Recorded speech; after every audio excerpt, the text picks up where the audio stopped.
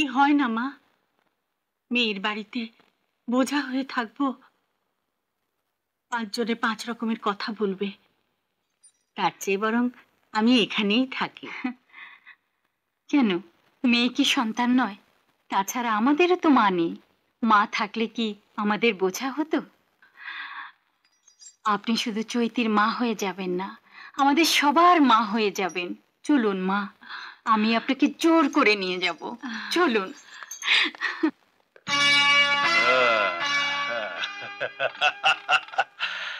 খাল কেটে ঘরে কুমির নিয়ে এলো লক্ষ্মী।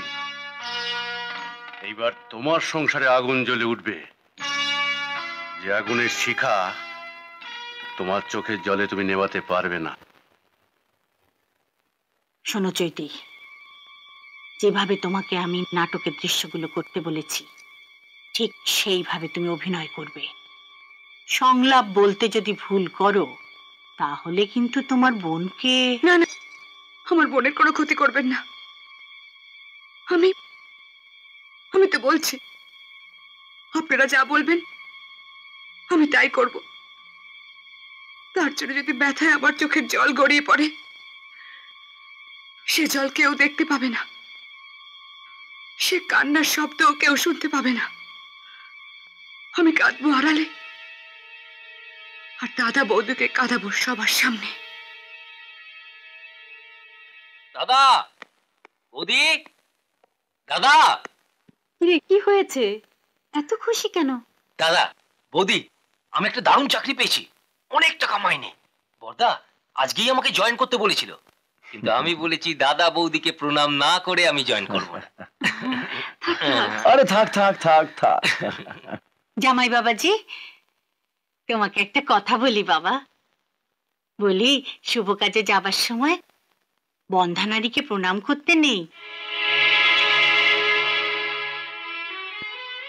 এতে অমঙ্গল হয় বাবা।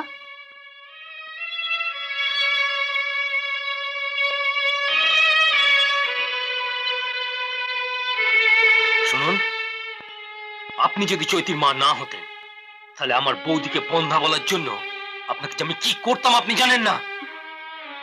আমি বাবা পুরনো ধারার মানুষ, কোনো কিছু মিথ্যে বলিনি। ব্যাস চুপ করুন। মা, তুমি দাদা বৌদির কাছ থেকে ক্ষমা চেয়ে নাও। আমি তো অন্যায় কিছু বলিনি, যার জন্য আমি ক্ষমা চাইবো। চৈতি, তোমার মা মিথ্যে বলেনি। আমি আমি তো আসলেই বন্ধা। আমার পায়ে প্রণাম করলে অমঙ্গল হতেও পারে। শুনলে শুনলে বড়দা, বৌদি কি বললো শুনলে? বৌদির পায়ে প্রণাম করলে আমার নাকি অমঙ্গল হবে। যে বৌদি আমার জীবনে সবচেয়ে বেশি মঙ্গল কামনা করে, তার পায়ে প্রণাম করলে আমার অমঙ্গল হবে? বড়দা, বড়দা তুমিও কি কথা বিশ্বাস করো? দেখ সুমন,